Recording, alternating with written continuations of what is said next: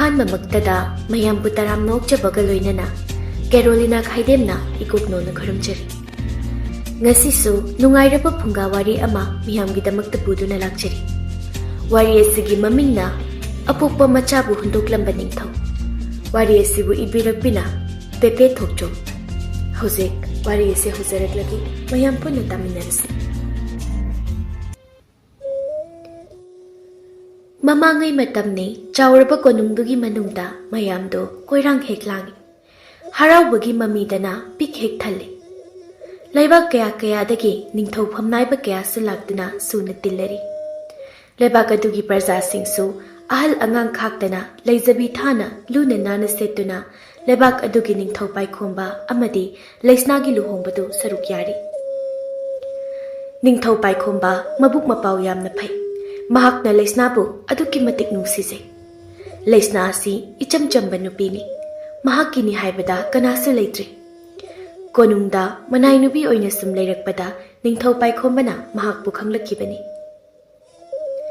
ꯃꯇꯝꯗꯤ ꯑꯁꯨꯝ ꯍꯧꯖꯤꯟꯈꯤ꯫ ꯂꯨꯍꯣꯡꯕꯗꯨꯁꯨ ꯂꯣꯏꯔꯗꯨꯅ ꯇꯤꯜꯂꯝꯕ ꯃꯌꯥꯝꯗꯨꯁꯨ ꯃꯍꯩ ꯃꯍꯩ ꯍꯟꯅꯈ꯭ꯔꯦ꯫ ꯅꯣꯡꯉꯥꯜꯂꯦ, ꯃꯊꯪꯒꯤ ꯅꯨꯃꯤꯠꯅꯤ꯫ ꯅꯤꯡꯊꯧ ꯄꯥꯏꯈꯣꯝꯕꯒꯤ ꯂꯩꯕꯥꯛꯇ ꯊꯪꯅꯕ ꯃꯍꯥꯛꯀꯤ ꯌꯦꯛꯅꯕ ꯂꯩꯕꯥꯛꯅ ꯃꯍꯥꯛꯀꯤ ꯂꯩꯕꯥꯛꯀꯤ ꯑꯔꯣꯏꯕ ꯁꯔꯨꯛꯇ ꯂꯩꯕ ꯈꯨꯟ ꯈꯔꯗ ꯆꯪꯁꯤꯜꯂꯛꯇꯨꯅ ꯂꯥꯟ ꯍꯧꯔꯛꯄꯒꯤ ꯄꯥꯎ ꯂꯥꯛꯏ꯫ ꯄꯥꯎꯗꯨ ꯇꯥꯕꯗ ꯅꯤꯡꯊꯧ ꯄꯥꯏꯈꯣꯝꯕ ꯁꯥꯎꯅ ꯃꯅꯥꯏꯁꯤꯡꯗ ꯁꯨꯝꯅ ꯍꯥꯏꯔꯛꯏ꯫ "ꯍꯥꯏ, ꯀꯅꯥ ꯂꯩ? ꯍꯧꯖꯤꯛꯃꯛ ꯂꯥꯟꯒꯤ ꯊꯧꯔꯥꯡ ꯇꯧ!" ꯑꯁꯤ ꯍꯥꯏꯔꯝꯗꯨꯅ ꯃꯍꯥꯛꯀꯤ ꯂꯣꯏꯅꯕꯤ ꯂꯩꯁꯅꯥꯒꯤ ꯃꯅꯥꯛꯇ ꯂꯥꯛꯇꯨꯅ ꯍꯥꯏꯔꯔꯤ꯫ "ꯂꯩꯁꯅꯥ, ꯅꯤꯡꯊꯤꯅ ꯂꯩꯔꯝꯃꯨ꯫ ꯑꯩ ꯆꯠꯇꯕ ꯌꯥꯔꯣꯏꯗꯧꯔꯤ꯫ ꯂꯥꯟ ꯉꯝꯗꯨꯅ ꯃꯥꯏ ꯄꯥꯛꯅ ꯍꯜꯂꯛꯀꯦ." ꯂꯩꯁꯅꯥ ꯃꯄꯨꯔꯣꯏꯕꯕꯨ ꯆꯠꯍꯟꯅꯤꯡꯗꯦ, ꯑꯗꯨꯕꯨ ꯀꯩꯗꯤ ꯎꯄꯥꯏ ꯂꯩ? ꯇꯞꯅ ꯍꯥꯏꯔꯛꯏ꯫ "ꯏꯅꯤꯡꯊꯧ, ꯂꯥꯟ ꯉꯝꯗꯨꯅ ꯂꯥꯟꯃꯟ ꯐꯤꯔꯥꯟ ꯊꯦꯠꯇꯨꯅ ꯀꯣꯅꯨꯡ ꯃꯥꯏꯀꯩꯗ ꯑꯃꯨꯛ ꯍꯟꯕꯤꯔꯛꯎ꯫ ꯅꯅꯥꯏ ꯅꯨꯕꯤ ꯑꯩꯍꯥꯛꯁꯨ ꯏꯅꯤꯡꯊꯧꯒꯤ ꯃꯥꯏꯀꯩꯕꯨ ꯌꯦꯡꯗꯨꯅ ꯍꯜꯂꯛꯄ ꯉꯥꯏꯖꯔꯝꯒꯦ." "ꯐꯔꯦ, ꯑꯗꯨꯗꯤ ꯑꯩꯁꯨ ꯊꯣꯛꯈ꯭ꯔꯒꯦ." ꯑꯁꯤ ꯍꯥꯏꯔꯝꯗꯨꯅ ꯅꯤꯡꯊꯧ ꯄꯥꯏꯈꯣꯝꯕ ꯃꯐꯝꯗꯨꯗꯒꯤ ꯊꯣꯛꯈ꯭ꯔꯦ꯫ ꯃꯇꯝꯗꯤ ꯁꯨꯝ ꯍꯧꯈꯤ, ꯆꯍꯤ 5 ꯍꯥꯏꯖꯤꯟꯈ꯭ꯔꯦ꯫ ꯂꯩꯁꯅꯥꯗꯨ ꯇꯨꯃꯤꯟꯅ ꯎꯪꯗꯨꯅ ꯐꯝꯂꯤ꯫ ꯋꯥꯈꯜꯗꯁꯨ ꯃꯑꯣꯟ ꯃꯑꯣꯟ ꯈꯜꯂꯤ꯫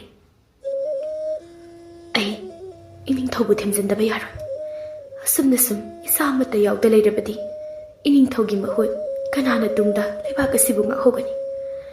ꯑꯃꯨꯛ ꯍꯟꯅ ꯏꯅꯤꯡꯊꯧꯕꯨ ꯂꯨꯍꯣꯡꯅꯕ ꯑꯩ ꯏꯅꯤꯡꯊꯧꯗ ꯍꯥꯏꯖꯕ ꯇꯥꯕꯅꯤ꯫ ꯑꯩ ꯂꯩꯕꯥꯛ ꯑꯁꯤꯒꯤ ꯈꯟꯗꯕ ꯌꯥꯗꯦ." ꯑꯁꯨꯝꯅ ꯈꯜꯂꯤꯉꯩ ꯇꯥꯂꯛꯁꯤꯗ ꯅꯤꯡꯊꯧ ꯄꯥꯏꯈꯣꯝꯕꯗꯨ ꯀꯔꯣꯝꯗꯒꯤꯅꯣ ꯈꯪꯍꯧꯗ ꯃꯍꯥꯛꯀꯤ ꯇꯨꯡ ꯑꯣꯏꯔꯞꯅ ꯂꯦꯞꯂꯒ ꯇꯞꯂꯞꯅ ꯀꯧꯔꯛꯂꯝꯃꯤ꯫ "ꯂꯩꯁꯅꯥ!" ꯂꯩꯁꯅꯥ ꯃꯄꯨꯔꯣꯏꯕꯒꯤ ꯈꯣꯟꯖꯦꯜ ꯇꯥꯕꯗ ꯃꯥꯏꯗꯨ ꯇꯞꯂꯞ ꯂꯩꯊꯣꯔꯛꯇꯨꯅ ꯅꯣꯛꯐꯦꯠ ꯇꯧꯔꯒ ꯍꯥꯏꯔꯛꯂꯤ꯫ "ꯏꯅꯤꯡꯊꯧ, ꯉꯁꯤꯗꯤ ꯅꯅꯥꯏ ꯅꯨꯕꯤ ꯑꯩꯍꯥꯛꯅ ꯋꯥꯐꯝ ꯑꯃꯇ ꯍꯧꯗꯣꯛꯆꯒꯦ꯫ ꯃꯁꯤꯗ ꯏꯅꯤꯡꯊꯧꯅ ꯏꯅꯤꯡꯊꯧꯒꯤ ꯑꯁꯥꯎꯕ ꯃꯇꯧ ꯎꯠꯂꯣꯏ ꯍꯥꯏꯅ ꯍꯥꯟꯅ ꯍꯥꯏꯕꯤꯌꯨ." ꯅꯤꯡꯊꯧ ꯄꯥꯏꯈꯣꯝꯕ ꯂꯩꯁꯅꯥꯒꯤ ꯃꯇꯧꯗꯨꯗ ꯅꯣꯛꯐꯦꯠ ꯇꯧꯔꯒ, "ꯀꯔꯤ ꯋꯥꯐꯝꯅꯣ? ꯍꯥꯏꯅꯤꯡꯕꯗꯣ ꯍꯦꯛꯇ ꯍꯥꯏꯌꯨꯅꯦ, ꯇꯥꯁꯤ." ꯂꯩꯁꯅꯥ ꯇꯞꯅ ꯍꯥꯏꯕ ꯍꯧꯔꯛꯏ꯫ "ꯏꯅꯤꯡꯊꯧ, ꯂꯩꯕꯥꯛ ꯑꯁꯤꯒꯤ ꯈꯟꯗꯨꯅ ꯏꯅꯤꯡꯊꯧ ꯑꯃꯨꯛ ꯍꯟꯅ ꯃꯇꯤꯛ ꯆꯥꯕꯤ ꯀꯅꯥꯒꯨꯝꯕꯤ ꯑꯃꯒ ꯂꯨꯍꯣꯡꯅꯕ ꯇꯧꯁꯤ." ꯍꯟꯗꯛꯇꯤ ꯅꯤꯡꯊꯧ ꯄꯥꯏꯈꯣꯝꯕ ꯃꯃꯥꯏꯗꯨ ꯈꯪꯍꯟ ꯍꯟꯖꯤꯟꯈ꯭ꯔꯒ ꯄꯤꯁꯨꯝ ꯑꯅꯤꯗꯨ ꯁꯨꯛꯂꯞꯅ, "ꯂꯩꯁꯅꯥ, ꯋꯥꯐꯝꯗꯨ ꯑꯩꯅ ꯌꯥꯔꯛꯂꯣꯏ ꯅꯍꯥꯛ ꯈꯪꯂꯤꯕ ꯅꯠꯇ꯭ꯔꯥ? ꯑꯩꯒꯤ ꯊꯃꯣꯏ, ꯋꯥꯈꯜ ꯄꯨꯝꯅꯃꯛꯁꯤꯡ ꯑꯁꯦ ꯑꯇꯣꯞꯄ ꯅꯤꯡꯊꯧꯁꯤꯡ ꯑꯁꯤꯅ ꯇꯧꯅꯔꯤꯕꯁꯤꯒ ꯃꯥꯟꯅꯗꯦ ꯍꯥꯏꯕ ꯅꯍꯥꯛꯅ ꯈꯪꯅ ꯈꯪꯅ ꯀꯔꯤꯒꯤꯅꯣ ꯑꯗꯨꯒꯨꯝꯂꯕ ꯋꯥꯐꯝꯗꯨ ꯉꯁꯤ ꯅꯍꯥꯛꯅ ꯍꯧꯗꯣꯔꯛꯂꯤꯕ? ꯍꯥ? ꯑꯩꯗꯤ ꯅꯍꯥꯛ ꯅꯠꯇꯕ ꯑꯇꯣꯞꯄ ꯀꯅꯥ ꯑꯃꯒ ꯌꯨꯝꯕꯥꯟ ꯄꯨꯟꯁꯤ ꯁꯦꯝꯕ ꯄꯥꯝꯗꯦ꯫ ꯑꯩꯒꯤꯗꯤ ꯅꯍꯥꯛꯅ ꯂꯣꯏꯔꯕꯅꯤ ꯂꯩꯁꯅꯥ." "ꯏꯅꯤꯡꯊꯧ, ꯑꯩ ꯃꯨꯟꯅ ꯈꯪꯖꯩ꯫ ꯑꯗꯨꯕꯨ ꯏꯅꯤꯡꯊꯧ, ꯑꯩꯒꯤ ꯋꯥꯐꯝ ꯑꯁꯤꯁꯨ ꯀꯌꯥꯔꯛ ꯍꯟꯅ ꯈꯜꯂꯕ ꯃꯇꯨꯡꯗ ꯍꯧꯗꯣꯛꯆꯕꯅꯤ꯫ ꯏꯅꯤꯡꯊꯧꯅ ꯂꯩꯕꯥꯛ ꯑꯁꯤꯒꯤ ꯃꯄꯤ ꯃꯄꯥ ꯍꯥꯏꯕꯗꯨ ꯑꯣꯏꯔꯕꯅꯤꯅ ꯍꯌꯦꯡ ꯏꯅꯤꯡꯊꯧꯒꯤ ꯇꯨꯡꯗ ꯂꯩꯕꯥꯛ ꯑꯁꯤꯕꯨ ꯀꯅꯥꯅ ꯌꯦꯡꯁꯤꯜꯍꯧꯒꯅꯤ? ꯀꯅꯥꯅ ꯏꯅꯤꯡꯊꯧꯒꯤ ꯃꯍꯨꯠ ꯁꯤꯟꯗꯨꯅ ꯂꯩꯕꯥꯛ ꯑꯁꯤꯕꯨ ꯉꯥꯛꯍꯧꯒꯅꯤ? ꯃꯁꯤꯗ ꯏꯅꯤꯡꯊꯧ ꯑꯩꯈꯣꯏ ꯑꯅꯤꯈꯛꯀꯤ ꯃꯔꯤ ꯑꯗꯨꯕꯨ ꯈꯟꯕ ꯌꯥꯗꯦ꯫ ꯂꯩꯕꯥꯛ प्रजा ꯃꯌꯥꯝꯒꯤꯁꯨ ꯈꯟꯕ ꯇꯥꯕꯅꯤ꯫ ꯅꯅꯥꯏ ꯑꯩꯍꯥꯛꯁꯨ ꯄꯥꯝꯕ ꯅꯠꯇꯦ ꯑꯩꯒꯤ ꯑꯣꯏꯕ ꯈ꯭ꯋꯥꯏꯗꯒꯤ ꯃꯔꯨꯑꯣꯏꯕ ꯃꯍꯥꯛꯄꯨ ꯑꯇꯣꯞꯄ ꯀꯅꯥ ꯑꯃꯒ ꯌꯦꯟꯅꯕ꯫ ꯑꯗꯨꯕꯨ ꯃꯇꯥꯡ ꯃꯇꯝꯒꯤ ꯃꯇꯨꯡ ꯏꯟꯅ ꯑꯩꯁꯨ ꯄꯨꯛꯆꯦꯜ ꯆꯥꯎꯊꯣꯛꯄ ꯇꯥꯕꯅꯤ꯫ ꯏꯅꯤꯡꯊꯧ, ꯑꯩ ꯈꯪꯖꯩ Hꯧzik ꯑꯩꯒꯤ ꯋꯥꯐꯝ ꯑꯁꯤ ꯏꯅꯤꯡꯊꯧꯅ ꯇꯥꯅꯤꯡꯗꯦ, ꯊꯥꯅꯤꯡꯕ ꯄꯣꯛꯇꯦ ꯍꯥꯏꯕ. ꯑꯗꯨꯕꯨ ꯋꯥꯈꯜ ꯂꯧꯁꯤꯡ ꯂꯩꯕ ꯏꯅꯤꯡꯊꯧꯅꯤ. ꯑꯃꯨꯛꯇꯪ ꯃꯨꯟꯅ ꯋꯥꯈꯜ ꯇꯧꯕꯤꯌꯨ. ꯑꯩꯒꯤꯗꯤ ꯏꯅꯤꯡꯊꯧꯅ ꯐꯔꯅꯤ ꯍꯥꯏꯕꯗꯣ ꯃꯗꯨꯗ ꯂꯣꯏꯅ ꯌꯥꯖꯔꯦ. ꯑꯁꯤ ꯍꯥꯏꯔꯝꯗꯨꯅ ꯂꯩꯁꯅꯥꯗꯤ ꯐꯝꯂꯝꯕꯗꯒꯤ ꯇꯞꯅ ꯍꯧꯒꯠꯂꯛꯇꯨꯅ ꯊꯣꯛꯈ꯭ꯔꯤ. ꯅꯤꯡꯊꯧ ꯄꯥꯏꯈꯣꯝꯕ ꯂꯩꯁꯅꯥ ꯊꯣꯛꯈ꯭ꯔꯤꯕꯗꯨ ꯍꯥꯏꯔꯞ ꯌꯦꯡꯗꯨꯅ ꯇꯨꯃꯤꯟꯅ ꯐꯝꯂꯒ ꯂꯩꯍꯧꯏ. ꯑꯁꯨꯝꯅ ꯃꯇꯝꯗꯤ ꯑꯁꯨꯝ ꯍꯧꯖꯤꯟꯈꯤ. ꯅꯣꯡꯃꯗꯤ ꯅꯤꯡꯊꯧ ꯄꯥꯏꯈꯣꯝꯕꯗꯨ ꯃꯍꯥꯛꯀꯤ ꯑꯆꯥꯟꯕ ꯃꯟꯇ꯭ꯔꯤ ꯐꯩꯖꯥꯎꯗꯨ ꯀꯧꯔꯛꯂꯝꯃꯤ. ꯃꯟꯇ꯭ꯔꯤ ꯐꯩꯖꯥꯎ ꯄꯥꯏꯈꯣꯝꯕꯒꯤ ꯃꯥꯡ ꯑꯣꯏꯔꯞ ꯂꯦꯞꯇꯨꯅ ꯑꯁꯨꯝꯅ ꯍꯪꯂꯛꯏ. ꯏꯅꯤꯡꯊꯧ, ꯅꯅꯥꯏ ꯑꯩꯕꯨ ꯀꯧꯕꯤꯕꯕꯨ? ꯅꯤꯡꯊꯧ ꯄꯥꯏꯈꯣꯝꯕ ꯍꯥꯏꯔꯞ ꯈꯧꯗꯦꯝꯂꯒ ꯐꯩꯖꯥꯎ, ꯍꯟꯗꯛ ꯃꯔꯛ ꯑꯁꯤ ꯑꯩꯁꯦ ꯋꯥꯈꯜ ꯑꯃꯗ ꯏꯁꯥꯁꯦ ꯏꯇꯥꯎ ꯇꯥꯎꯕꯒꯨꯝ ꯆꯞ ꯆꯥꯕ ꯋꯥꯔꯦꯞ ꯑꯃ ꯂꯧꯕꯁꯤ ꯉꯝꯗ꯭ꯔꯦ. ꯑꯗꯨꯅ ꯅꯍꯥꯛꯀ ꯑꯃꯨꯛꯇ ꯇꯥꯟꯅꯒꯦ ꯍꯥꯏꯗꯨꯅ ꯀꯧꯕꯅꯤ. ꯍꯥꯏꯕꯤꯌꯨ ꯏꯅꯤꯡꯊꯧ. ꯅꯤꯡꯊꯧ ꯄꯥꯏꯈꯣꯝꯕ ꯐꯩꯖꯥꯎꯗ ꯂꯩꯁꯅꯥ ꯑꯃꯗꯤ ꯃꯍꯥꯛꯀ ꯁꯥꯟꯅꯈꯤꯕ ꯋꯥꯔꯤ ꯄꯨꯝꯕ ꯑꯗꯨ ꯇꯝꯂꯝꯃꯤ. ꯐꯩꯖꯥꯎ ꯋꯥꯔꯤꯁꯤꯡꯗꯨ ꯇꯥꯔꯒ ꯃꯨꯟꯅ ꯋꯥꯈꯜ ꯉꯥꯏꯍꯥꯛ ꯇꯧꯔꯕ ꯃꯇꯨꯡꯗ ꯃꯍꯥꯛꯁꯨ ꯂꯩꯁꯅꯥꯒꯤ ꯋꯥꯐꯝꯗꯨ ꯌꯥꯅꯤꯡꯂꯗꯨꯅ ꯇꯞꯅ ꯍꯥꯏꯔꯛꯏ. ꯏꯅꯤꯡꯊꯧ, ꯋꯥꯐꯝꯗꯨ ꯅꯅꯥꯏ ꯑꯩꯒꯤ ꯑꯣꯏꯅꯗꯤ ꯀꯔꯤꯁꯨ ꯑꯀꯥꯏꯕ ꯂꯩꯖꯗꯦ. ꯃꯍꯥꯔꯥꯅꯤ ꯂꯩꯁꯅꯥꯅ ꯍꯧꯗꯣꯛꯄꯤꯔꯛꯏꯕ ꯋꯥꯐꯝꯁꯤ ꯂꯩꯕꯥꯛ ꯑꯁꯤꯒꯤ ꯇꯨꯡꯒꯤꯅꯤ. ꯃꯗꯨꯅ ꯑꯩꯗꯤ ꯋꯥꯐꯝ ꯑꯗꯨ ꯌꯥꯖꯅꯤꯡꯉꯤ. ꯅꯤꯡꯊꯧ ꯄꯥꯏꯈꯣꯝꯕ ꯂꯩꯁꯅꯥ ꯑꯃꯗꯤ ꯃꯟꯇ꯭ꯔꯤ ꯐꯩꯖꯥꯎ ꯃꯈꯣꯏ ꯑꯅꯤ ꯆꯪꯅ ꯑꯗꯨꯝꯅ ꯍꯥꯏꯔꯕꯗꯨꯗꯗꯤ ꯃꯍꯥꯛꯁꯨ ꯃꯤꯀꯨꯞ ꯈꯔꯗꯤ ꯇꯨꯃꯤꯟꯅ ꯂꯩꯔꯒ ꯇꯞꯂꯞ ꯍꯥꯏꯔꯛꯏ. ꯐꯔꯦ. ꯑꯗꯨꯗꯤ ꯑꯩꯒꯤ ꯑꯅꯤꯁꯨꯕ ꯂꯨꯍꯣꯡꯕꯒꯤ ꯀꯩꯅꯥꯁꯤ ꯐꯩꯖꯥꯎ, ꯅꯪꯅ ꯐꯅꯕ ꯁꯤꯜꯂꯛꯑꯣ. ꯑꯩꯅ ꯑꯃꯨꯛ ꯀꯣꯏꯅ ꯆꯠꯇꯨꯅ ꯊꯤꯔꯨꯕ ꯑꯩ ꯄꯥꯝꯗ꯭ꯔꯦ. ꯅꯪꯒꯤ ꯈꯪꯅ ꯆꯥꯟꯅꯕ ꯃꯔꯨꯞ ꯃꯄꯥꯡꯁꯤꯡ ꯑꯣꯏꯔꯕꯁꯨ ꯀꯅꯥ ꯂꯩ ꯌꯦꯡꯂꯒ ꯋꯥꯐꯝꯗꯨ ꯍꯧꯗꯣꯛꯎ. ꯑꯊꯨꯕꯗ ꯂꯨꯍꯣꯡꯕꯁꯦ ꯁꯤꯟꯅꯅꯕ. ꯋꯥꯐꯝ ꯑꯁꯤꯗ ꯐꯩꯖꯥꯎꯗꯨ ꯇꯨꯃꯤꯟꯅ ꯉꯥꯏꯍꯥꯛ ꯂꯩꯔꯨꯔꯒ ꯍꯥꯏꯔꯛꯏ. ꯏꯅꯤꯡꯊꯧ, ꯑꯗꯨꯒꯤꯗꯤ ꯑꯃꯨꯛ ꯊꯤꯔꯨꯗ꯭ꯔꯕꯁꯨ ꯌꯥꯔꯅꯤ ꯈꯟꯖꯩ ꯅꯅꯥꯏꯅ. ꯍꯥꯏꯕꯗꯤ ꯑꯋꯥꯡ ꯊꯪꯕꯗ ꯑꯩꯈꯣꯏꯒꯤ ꯊꯪꯅꯕ ꯂꯩꯕꯥꯛ ꯑꯁꯤꯗ ꯅꯤꯡꯊꯧ ꯁꯅꯥꯍꯜꯒꯤ ꯅꯥꯏꯇꯣꯝ ꯌꯥꯎꯖꯕꯤ ꯔꯥꯖꯀꯨꯃꯥꯔꯤ ꯁꯦꯅꯨꯗꯨ ꯂꯩꯖꯔꯦ. ꯃꯁꯛꯇ ꯃꯇꯧꯗ ꯀꯅꯥꯒꯁꯨ ꯆꯥꯡꯗꯝꯅꯤꯡꯉꯥꯏ ꯍꯦꯛ ꯂꯩꯇꯈꯩ ꯐꯖꯩ. ꯏꯅꯤꯡꯊꯧꯁꯨ ꯑꯃꯨꯛꯇꯪ ꯀꯔꯤꯒꯨꯝꯕ ꯃꯍꯥꯛꯀꯤ ꯁꯛꯇꯝꯗꯨ ꯎꯔꯨꯔꯕꯗꯤ ꯁꯣꯏꯗꯅ ꯑꯄꯥꯝ ꯅꯨꯡꯁꯤ ꯄꯣꯛꯀꯅꯤ ꯊꯥꯖꯩ. ꯐꯔꯦ. ꯑꯗꯨꯗꯤ ꯅꯍꯥꯛꯅ ꯄꯨꯝꯅꯃꯛ ꯐꯅꯅꯕ ꯁꯤꯜꯂꯛꯑꯣ. ꯍꯣꯏ, ꯐꯒꯅꯤ ꯅꯤꯡꯊꯧ. ꯑꯁꯨꯝꯅ ꯃꯇꯝꯗꯤ ꯑꯁꯨꯝ ꯍꯧꯖꯤꯟꯈꯤ. ꯅꯤꯡꯊꯧ ꯄꯥꯏꯈꯣꯝꯕ ꯑꯃꯗꯤ ꯔꯥꯖꯀꯨꯃꯥꯔꯤ ꯁꯦꯅꯨ ꯃꯈꯣꯏ ꯑꯅꯤꯒꯤ ꯂꯨꯍꯣꯡꯕꯁꯨ ꯌꯥꯝꯅ ꯆꯥꯎꯅ ꯄꯥꯡꯊꯣꯛꯈ꯭ꯔꯦ. ꯃꯇꯝꯅꯗꯤ ꯀꯅꯥꯁꯨ ꯉꯥꯏꯔꯝꯗꯕꯅ ꯊꯥ ꯈꯔ ꯍꯧꯖꯤꯟꯈ꯭ꯔꯦ. ꯔꯥꯖꯀꯨꯃꯥꯔꯤ ꯁꯦꯅꯨꯗꯨ ꯍꯧꯖꯤꯛꯇꯤ ꯊꯥ ꯂꯦꯞꯂꯦ. ꯑꯗꯨꯕꯨ ꯈꯜꯂꯨꯕ ꯋꯥꯈꯜꯅ ꯑꯃ, ꯅꯣꯡꯗꯝꯕꯅ ꯇꯝꯂꯝꯕꯅ ꯑꯃ ꯍꯥꯏꯗꯨꯅꯤ. ꯂꯩꯁꯅꯥꯁꯨ ꯔꯥꯖꯀꯨꯃꯥꯔꯤ ꯁꯦꯅꯨꯅ ꯊꯥ ꯍꯦꯛ ꯂꯦꯞꯈꯤꯕ ꯏꯀꯥꯟ ꯀꯥꯟꯅꯗꯅ ꯃꯍꯥꯛꯁꯨ ꯑꯃꯨꯛ ꯂꯦꯞꯁꯤꯜꯂꯛꯂꯤ. ꯅꯤꯡꯊꯧ ꯄꯥꯏꯈꯣꯝꯕꯗꯤ ꯃꯍꯥꯛꯀꯤ ꯂꯣꯏꯅꯕꯤ ꯑꯅꯤꯃꯛꯀꯤ ꯄꯥꯎꯁꯤꯗ ꯍꯔꯥꯎꯕꯒꯤ ꯉꯝꯈꯩ ꯂꯩꯈꯤꯗ꯭ꯔꯦ. ꯃꯆꯥ ꯑꯅꯤ ꯐꯪꯖꯔꯒꯅꯤ ꯈꯜꯂꯨꯕꯗ ꯂꯩꯕꯥꯛ ꯄꯨꯝꯖꯥꯎ ꯊꯤꯟꯗꯨꯅ ꯍꯔꯥꯎ ꯇꯌꯥꯝꯕ ꯀꯌా ꯐꯣꯡꯗꯣꯛꯂꯝꯃꯤ. ꯑꯗꯨꯕꯨ ꯁꯣꯝꯗ ꯂꯩꯁꯅꯥꯗꯤ ꯃꯍꯥꯛꯀꯤ ꯄꯨꯛꯆꯦꯜꯗꯨ ꯈꯪꯍꯧꯗꯅ ꯌꯥꯝꯅ ꯄꯤꯛꯁꯤꯜꯂꯛꯂꯝꯃꯤ. ꯋꯥꯈꯜꯗꯨ ꯐꯠꯇꯕ ꯃꯑꯣꯡ ꯈꯟꯕ ꯍꯧꯔꯛꯏ. ꯑꯩ ꯁꯦꯅꯨꯒꯤ ꯑꯉꯥꯡꯁꯤꯅ ꯇꯥꯏꯕꯪ ꯐꯥꯎꯔꯛꯇ꯭ꯔꯤꯉꯩ ꯃꯍꯥꯛꯄꯨ ꯃꯥꯡꯍꯟꯈꯤꯕꯅ ꯐꯔꯗ꯭ꯔꯥ? ꯅꯠꯇꯦ, ꯑꯩꯅ ꯈꯜꯂꯤꯕ ꯋꯥꯈꯜꯁꯦ ꯂꯥꯜꯂꯤ. ꯃꯍꯥꯛꯀꯤ ꯑꯉꯥꯡꯗꯨꯁꯨ ꯑꯩꯒꯤ ꯏꯆꯥꯅꯤ. ꯑꯩ ꯑꯁꯨꯝꯅ ꯈꯟꯕ ꯐꯠꯇꯦ. ꯑꯁꯨꯝꯅ ꯃꯇꯝꯗꯤ ꯑꯁꯨꯝ ꯍꯧꯖꯤꯟꯈꯤ. ꯅꯣꯡꯃ ꯅꯨꯃꯤꯠ ꯑꯃꯅꯤ. ꯅꯤꯡꯊꯧ ꯄꯥꯏꯈꯣꯝꯕꯗꯨ ꯂꯩꯕꯥꯛꯀꯤ ꯃꯟꯇ꯭ꯔꯤ ꯀꯌꯥꯗꯨꯒ ꯂꯣꯏꯅꯅ ꯋꯥ ꯇꯥꯟꯅꯔꯤꯉꯩ ꯆꯩꯔꯛ ꯑꯗꯨꯗ ꯃꯅꯥꯏ ꯅꯨꯄꯤ ꯑꯃ ꯆꯦꯟꯁꯤꯜꯂꯛꯇꯨꯅ ꯍꯔꯥꯎꯅ ꯄꯥꯎ ꯇꯝꯖꯔꯛꯏ. ꯏꯅꯤꯡꯊꯧ, ꯃꯍꯥꯔꯥꯅꯤ ꯏꯕꯦꯝꯃ ꯂꯩꯁꯅꯥ ꯃꯆꯥꯅꯨꯄꯥ ꯑꯃ ꯐꯪꯖꯔꯦ. ꯅꯤꯡꯊꯧ ꯄꯥꯏꯈꯣꯝꯕ ꯑꯃꯗꯤ ꯂꯩꯔꯝꯂꯤꯕ ꯃꯟꯇ꯭ꯔꯤꯁꯤꯡꯗꯨ ꯄꯥꯎꯗꯨ ꯇꯥꯕꯗ ꯍꯔꯥꯎꯕꯒꯤ ꯉꯝꯈꯩ ꯂꯩꯇ꯭ꯔꯦ. ꯅꯤꯡꯊꯧ ꯄꯥꯏꯈꯣꯝꯕ ꯈꯨꯗꯛ ꯑꯗꯨꯗ ꯁꯥꯟꯅꯔꯝꯂꯤꯕ ꯋꯥꯔꯤꯁꯤꯡꯗꯨ ꯂꯣꯏꯅ ꯇꯣꯛꯊꯣꯛꯂꯒ ꯃꯍꯥꯛꯀꯤ ꯂꯣꯏꯅꯕꯤ ꯂꯩꯁꯅꯥꯒꯤ ꯃꯅꯥꯛꯇ ꯂꯥꯛꯂꯤ. ꯃꯐꯝꯗꯨ ꯌꯧꯕꯒ ꯂꯩꯁꯅꯥꯒꯤ ꯍꯦꯛ ꯅꯥꯀꯟꯗ ꯅꯤꯡꯉꯥꯏꯗꯅ ꯇꯨꯝꯂꯤꯕ ꯃꯆꯥꯗꯨꯕꯨ ꯅꯨꯡꯁꯤꯅ ꯌꯦꯡꯖꯩ. ꯋꯥꯈꯜꯗꯁꯨ ꯅꯨꯡꯁꯤꯈ꯭ꯔꯦꯗ ꯏꯆꯥꯒꯤ ꯃꯥꯏꯊꯣꯡꯁꯦ, ꯐꯖꯩ. ꯑꯁꯨꯝꯅ ꯈꯜꯂꯤꯉꯩ ꯇꯥꯟꯖꯥ ꯑꯗꯨꯗ ꯑꯃꯨꯛꯁꯨ ꯃꯅꯥꯏ ꯅꯨꯄꯤ ꯑꯃ ꯇꯍꯥ ꯆꯦꯟꯁꯤꯜꯂꯛꯇꯨꯅ ꯏꯅꯤꯡꯊꯧ, ꯃꯍꯥꯔꯥꯅꯤ ꯁꯦꯅꯨꯁꯨ ꯃꯆꯥꯅꯨꯄꯥ ꯑꯃ ꯐꯪꯖꯈ꯭ꯔꯦ. ꯅꯤꯡꯊꯧ ꯄꯥꯏꯈꯣꯝꯕ ꯄꯥꯎꯗꯨ ꯇꯥꯕꯗ ꯍꯔꯥꯎꯕ ꯅꯨꯡꯉꯥꯏꯕ ꯃꯥꯒꯤ ꯃꯊꯛꯇ ꯍꯦꯟꯅ ꯅꯨꯡꯉꯥꯏꯕ ꯐꯥꯎꯔꯛꯂꯝꯃꯤ. Mahak amuksu Senugi manakta thuna yangna laklami. Nomi Senuna leiriba kaduda changlai. Aduba Senudi mapuribana changlakpadu uraga masadu hairappa khache. Khanbaga tawbaga Ningthou Paikhomba maithongdu khangsuk heksukhi. Ngakna Korinu Shenushide Ichani Ningthou Ningthou Paikhomba ngakpana khamthengli. Ngakna Senuda sat yenglai. Aduga amuksu machanupaduda yengi. Angangdugi makoktu yongga chap manarami. Amadi masaduna miyoibagumna tawrami. Ningthou Paikhomba sauna thangnaba mikupta haireklami. Kariyeba Senu Mashe aigi ichani haiba ha karamna yung oina puklakpa angang asi aigi ni haigini nangisi aibu karinaribra mahak aigi ichanate. Senu kaplaga Iningthou adumna haibiganu angang ase Iningthou amadi aigi ichani adumna nachada kariki hairibanu phana ichana sumna puklaklabasu bahag ase Iningthou gi ichani haibasidi hiktopa yaroyi.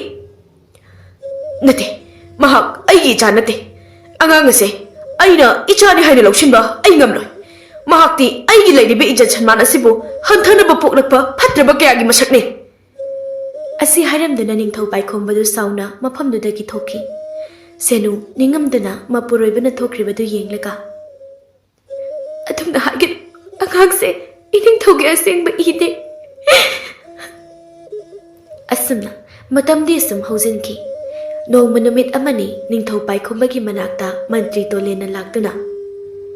Iningthou wafam amata nanaina lona phangjaba paw ama. Hai Iningthou nanai gi wasida ahakna soikiba lankiba yawrabasu Iningthou na ngakpiyu. Wafam asi nanai aina munna kyarakana khalaba matungda haijagadoribani. Maharani Shenugi handak pokliba ngang asiga mari leinagani haina khanje. Haibidi Maharani Shenugi manai nubi kharagi chindagi tajabada Maharani Shenushi phatraba laitin kya ama lona sanai hai. Angang dusu magna sanariba phatraba laitin singduna maram oiraga madugi phibamda taibangda khongdarapani hari. Mahaki ka dasu phatraba lai kya gi mitamna chingba kya marum lona lale. Karigumba Iningthou lakani haiba paw tarabadi mitam singdo manai singda haiduna khudakta atupa ka amada amu thangdokhalisu hairi. Ningthou Paikhomba wafam singdu tabada aphaphata karisu khankidri sauna phuk haugalai.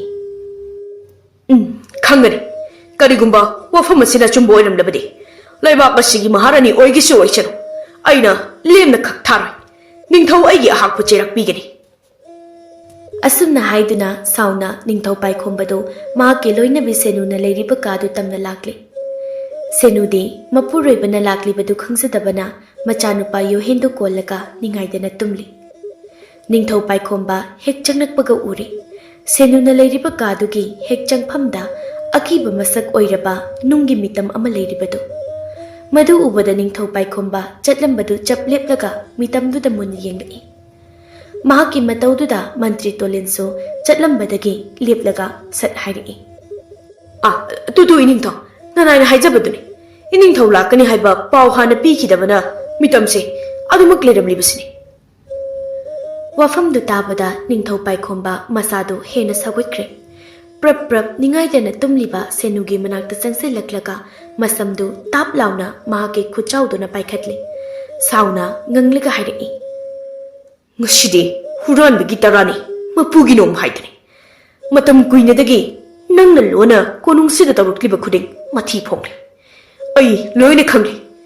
Aigi khwaidigi asoiba phirebni. Nangbu aina konungsida thajana laibak asigi tungida makhalaga luhunglakibasi. Wahaidu tabada Senu gyan ngauna. Kaino Iningthou na haibiribadubu. Nanai aina kari asoiba aranba tawjakrabagi. Hai ai nangni ta tani dene. Nangna phattaba kya tawbana ngasidi icha asina asigumna oirakpani. Aduna nang ngasi haiba numit asidagi kaisum sangda na punsido lenba tabare. Phattaba tawrabadi aigi haiba migi haiba lete. Chapchana Ningthougi wayel tawgani. Amukso khonjel du kalapna. Hai, kana lei. Nupi si haujimak kaisum sangda thamko. Aduga mantri faijau dasu haujimak pharaga puraktuna kaisum sangda nupi si ka puna thamu. Wakhalda amukso. Mahak na pusilakibani. Pumnamak asi mahak na soidana khanglamgani. Asamna matamde asum hauki. Ningthou Paikhomba asawbaduna maram oi. Mahaki loinabi senubu kaisum sangda thamkri. Numittumaki athengba numidangki matamni. Ningthou Paikhomba du lona konungdagi mamai mamit pumba khumjinduna machanupa pikliba yuhenbu pamlaga thoraklami. Mahakna sum lakpana konungdagi khara chatlaga leiba umangdu yoraktuna yuhenbu achaubo ujau amagi makhada thamlaga tablapna nason pikna hairakli. Ipagi yuhen. Ipa ichaba nushidaba nate. Adubu ichagi asigumlaba maithongase ipana karamna lebak miyamgi mamangda puthokani. Ipana namada saujarabasu ichadadi sauba ngamdene. Ichadi karisu khangjaba nate. Adubu nang ipabudi waruganuko. Ipana ichabu asumna umang asido hundoklami haiduna. Asi haiduna Ningthou Paikhomba Machabu amuktang nungsini yengnamduna mafam adudagi chatkre. Mahakna hek chakhibaga ngasaidagi mahaki matawu yengduna leiriba mantri faijaudu prap thoraklaga pikliba yuhenbu sat mathada pamkhatki. Rajkumar nahakshi onthoknasu laibak thina tamledako. Adubu waganu ngasidagidi aina nangbu aigi hek pokchaba ichamakni haina khanduna ichabu chaunanaba ipana yokani. Ichabu ipana karisu watlalo. Fatraba michang mikhai nairaba makhoising asigi maraktagi ipana nangbu lapna thamgani. Asumna matamde sum hausinki chahi kharagi matungni Ningthou Paikhomba amadi Lesna makhoi anigi machanupa yangbado makutta uhi ama pairaga kanna lauri. Tinjallune mamaiduda ai nangsu koksilune alaida tumin lepliba nakhoi kharadusu changsilo yawsilune nakhoi mayam ngamthoknongne. Manai singdo amuk toiba wabana khamthengli. Yangbagi sarai chakri singduda yangba mapana phana achumba afaba lambi kaya ama takpi tambirabasu apokpi mamana machana tauriba makhai yaba mawungduna yamna ngausinnaba haidu oirami. Mahakna kana amatasu sitpa leite. Napal yamna kaba misakama oiraklami. Mapana Ningthou oire haina yamna pongthu chauthokna le. Manai singdugi maraktagi mahaki mataudu ubada khara naha oiba amadi sauna machinda murum soli. Ngasine ije haigalaktana masigi yang baiba tongsang manbase aina paiba thangsang sina makak lagi khatokpa. Magi wadu tabada manak nakna leiramba manai amana. Ai tumi leyune nangbu takhiba thokladi nangna ma hatra haibu nang oina hatkiba soidoine. Kharasu sinada kharasu u leithokpa hingne. Asumna leiringai tanja sida Lesnado machagi manakta nokmi laktuna hairakli. Isadi imana ngasaidagi thiruraga sida yam nungaina lehemni bazani dana. Yangba mamayada hairap yenglaga. Hoi ma, ado ima pabadubu somdaga lakhobro. Aina pabagi khatangdu yam aningdeba. Lahode. La abusu nama ai leiringaida nang pabana kaidongamni haige. Adubude akhoi pabasa leibaki Ningthou oijarasu imagi wadi hiktophanga manate. Imana michi hapetang khapchinkibada adam tethakradawni. Lesna noklaga. Adune. Asi haiduna mama macha ani do punna nokpinai. Asumna matamde sum hauki nongmadi yangbado maki sagol arangbi aduga thauraga umangda matomda laklami. Magna sum lakpada chaurapu uzau amagi makhongda yamna ahal oiraba lainingba nupa ama leiribadu uraklami. Madu ubada yangba prap changsilaklaga lainingba aduda yenglaga yamna usittana noklaga karimnana hairaklammi. Is loire imai pema sibu sidadi jaja thene se chumjan sigumba misisu adum lebjani ne.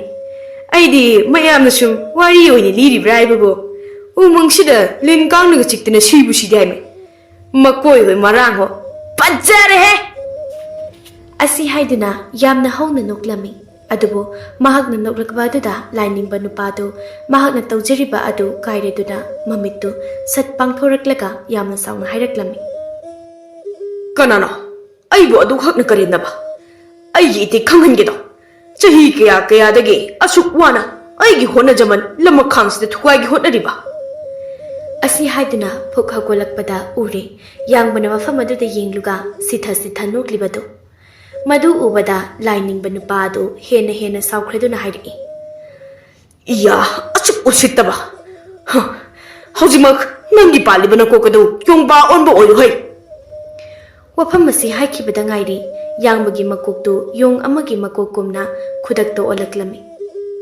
ꯅꯣꯛꯂꯝꯕ ꯌꯥꯡꯕꯗꯨ ꯆꯞ ꯂꯦꯞꯂꯒ ꯄꯥꯈꯠꯅ ꯍꯥꯏꯔꯛꯏ ꯀꯔꯤꯅꯣ ꯀꯔꯤ ꯃꯇꯧꯅꯣ ꯑꯁꯤ ꯍꯥꯏꯗꯨꯅ ꯂꯥꯏꯅꯤꯡꯕ ꯅꯨꯄꯥꯗꯨꯗ ꯌꯦꯡꯂꯒ ꯑꯩ ꯁꯣꯏꯈ꯭ꯔꯦ ꯑꯩꯕꯨ ꯑꯃꯨꯛꯇ ꯉꯥꯛꯄꯤꯌꯨ ꯑꯩꯒꯤ ꯍꯥꯟꯅꯒꯤ ꯐꯤꯕꯝꯗ ꯑꯃꯨꯛꯇ ꯍꯟꯖꯤꯜꯍꯟꯕꯤꯌꯨ ꯑꯩ ꯁꯣꯏꯈ꯭ꯔꯦ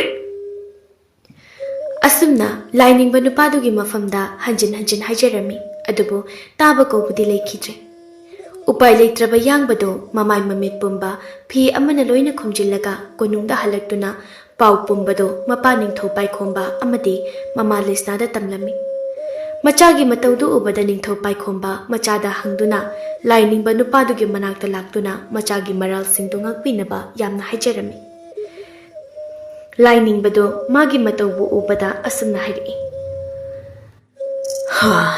ꯏꯅꯤꯡꯊꯧ ꯅꯅꯥꯏ ꯑꯩꯅ ꯁꯣꯟꯈꯤꯕ ꯁꯥꯕꯗꯨ ꯑꯔꯥꯏꯕ ꯅꯠꯇꯦ ꯑꯗꯨꯅ ꯁꯥꯕ ꯑꯗꯨꯕꯨ ꯀꯣꯛꯆꯒꯦ ꯍꯥꯏꯔꯕꯗꯤ ꯎꯃꯪ ꯑꯁꯤꯒꯤ ꯃꯅꯨꯡꯗ ꯑꯁꯨꯝ ꯆꯪꯁꯤꯜꯂꯒ ꯑꯄꯤꯛꯄ ꯈꯥꯡꯄꯣꯛꯁꯪ ꯃꯆꯥ ꯑꯃ ꯂꯩꯕꯅꯤ ꯈꯥꯡꯄꯣꯛꯁꯪꯗꯨꯒꯤ ꯃꯅꯨꯡꯗ ꯅꯆꯥꯅ ꯑꯣꯏꯔꯤꯕ ꯐꯤꯕꯝ ꯃꯨꯔꯇꯤ ꯑꯗꯨꯒ ꯆꯞ ꯃꯥꯟꯅꯕ ꯌꯣꯡꯒꯤ ꯃꯀꯣꯛ ꯄꯥꯟꯕ ꯅꯨꯄꯥ ꯃꯆꯥ ꯑꯃ ꯂꯩꯕꯅꯤ ꯅꯨꯄꯥ ꯃꯆꯥꯗꯨꯒꯤ ꯃꯐꯝꯗ ꯅꯪꯅ ꯍꯥꯏꯖꯗꯨꯅ ꯃꯍꯥꯛꯄꯨ ꯃꯈꯣꯏꯒꯨꯝꯂꯕ ꯀꯌꯥ ꯂꯩꯕ ꯂꯩꯕꯥꯛ ꯑꯗꯨꯗ ꯊꯥꯔꯒ ꯃꯈꯣꯏꯒꯤ ꯅꯤꯡꯊꯧ ꯑꯗꯨꯗꯒꯤ ꯁꯥꯕꯁꯤ ꯀꯣꯛꯄ ꯉꯝꯅꯅꯕ ꯍꯤꯗꯥꯛꯇꯨ ꯅꯤꯖꯍꯜꯂꯨ ꯃꯐꯝ ꯑꯗꯨ ꯃꯍꯥꯛ ꯅꯠꯇꯅ ꯑꯇꯣꯞꯄ ꯀꯅꯥ ꯆꯪꯕ ꯉꯝꯂꯣꯏ ꯑꯁꯤ ꯍꯥꯏꯗꯨꯅ ꯂꯥꯏꯅꯤꯡꯕꯗꯨ ꯂꯩꯕꯥꯛ ꯑꯗꯨꯒꯤ ꯂꯩꯐꯝꯗꯨ ꯅꯤꯡꯊꯤꯅ ꯇꯥꯛꯂꯝꯃꯤ ꯁꯣꯝꯗꯁꯨ ꯌꯨꯍꯦꯟꯗꯨ ꯃꯇꯣꯝꯇ ꯇꯨꯃꯤꯟꯅ ꯎꯪꯗꯨꯅ ꯐꯝꯂꯤ ꯃꯆꯤꯟꯗꯁꯨ ꯇꯞꯂꯞꯅ ꯁꯣꯜꯂꯤ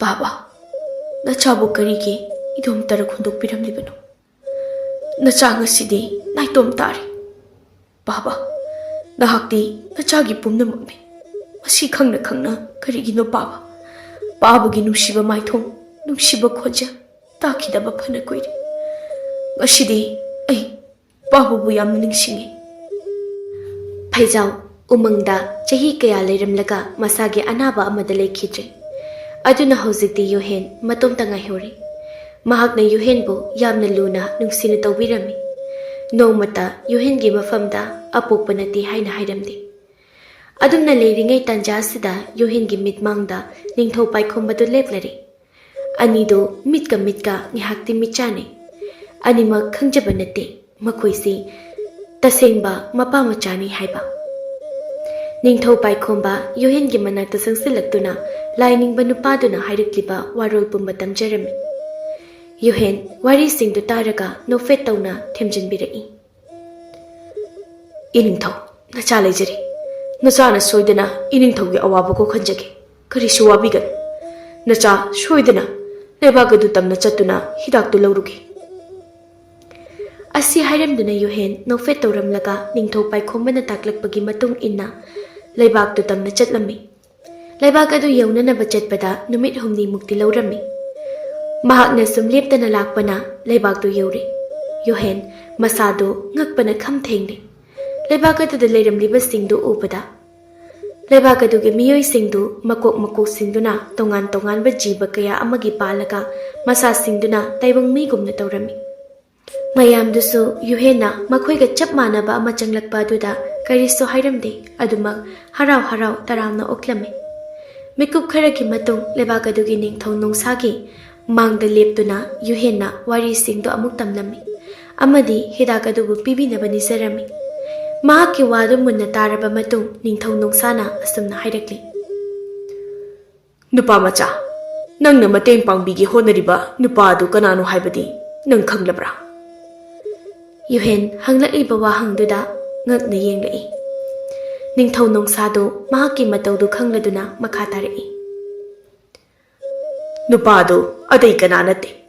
Nangbu hek pokliba nangi napani. Aduga mahakki machanupa hairiba aduna nangi nayampani. Nama ahangi machani. Yuhen hairakliba wahaidu tabada masado ngakpana kham thengli. Ningthou nongsa adumak makha tarai. Nangi napabungdu nang leiriba umungdubu koliba leibag adugi ningthauni. Kuina macha phangjadabana maram oiraga nangi ima Rajkumari Senuga luhongki. Nangi ima dusu icham chamba nate. Chauraba leibag amagi Rajkumari ni. Adubu napabungidi anishuba loinabini. Nangi imana nangbu hek miron kiba adugi numit kharanigi matungda nangi ima ahan lesnasu mirolaki. Adu moinamak nama ahan lesnana michamni. Mahak nongma nongmagi nangi ima bu kalakpa helaki. Nangbu lona taibong phawrukringaida manghanaba kyarak hanu honaki. Matamgi matung inna nangi nama ahan lesna machanupa ama phangjaki. Aduga pungja kharagi matung ikuidana nangi apokpi imana nangbo mu phangjaki. Adubu nangdi taibong phawrukpada nangi phibam adumaktada phawraklami. Nangi phibam du ubada napabungna mai hoba makai shauki. Nangi nanakta toina changlakide. Adugi tanja lauduna nangi nama ahalna nongma nangi napabungi manakta mantri ama thajinduna aranba pau kya tamhanki.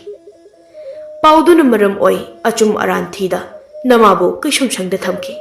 Aduga numittugi numidang maktada nangbu umang amada puraktuna ujau amagi makhongda thamlamki. Matamduda nangbu yokchaba nangna nangi napani haina khaliba phaijauna nangbu kankibani. Phaijaushu nangi napabongi mantrini.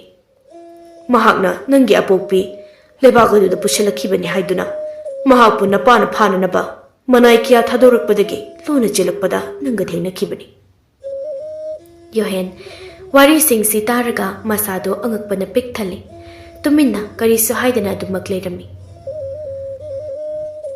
Nongsana adugumlaba miyoising aduda nangbu mateng tongninglibra. Yuhen handakti taplapna.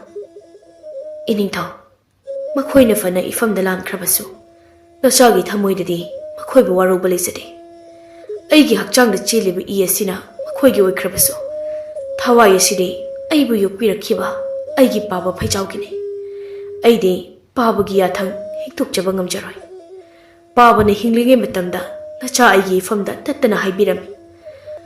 Nafamda changjaraklaba kana amagi matengdi adumak tawgadabani. Phana aigi yeknaba oirabasu haina.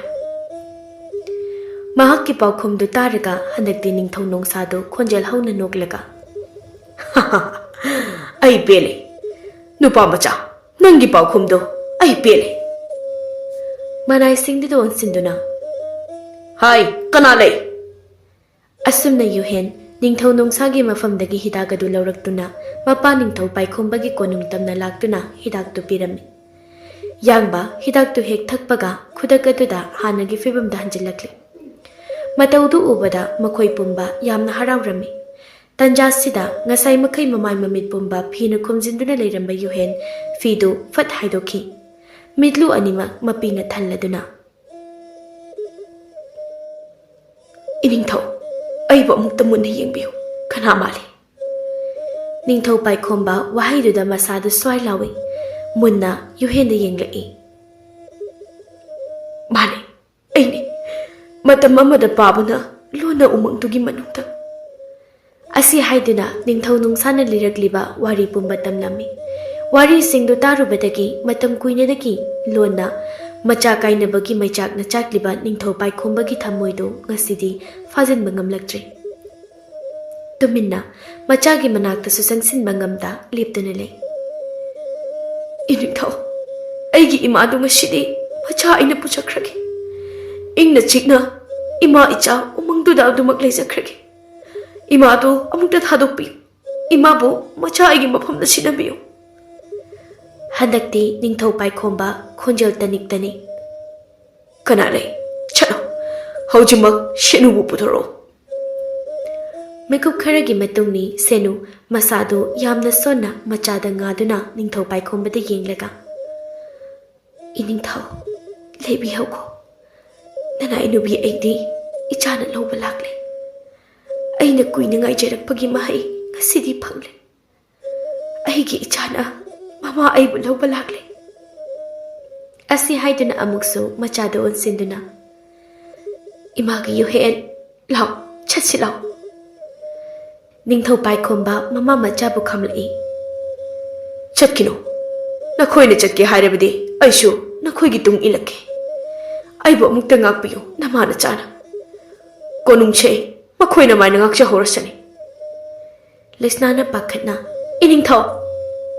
Ningthou paikhomba sauna hauna laukhalai. Hai, tumi layo. Adu pukchet pikpa nangdi nachanu basiga lei jau. Nongmata namana sana kari phaba tawkhrage. Aishu khanglibani. Adubo ai upai leitabana tumina khangduna lakpani. Nangi nagun amadi nachanu basigi magunsu ai chap chana khangine. Asumna matamde asum hoki. Yuhen gi piklaba khangpok sangaduda mama mapa yauna makhoi ahum yamna nungaina leirami. Amadi konungdana Lesna mama Machadu ningam dabana pik thanduna yamna wana leiki.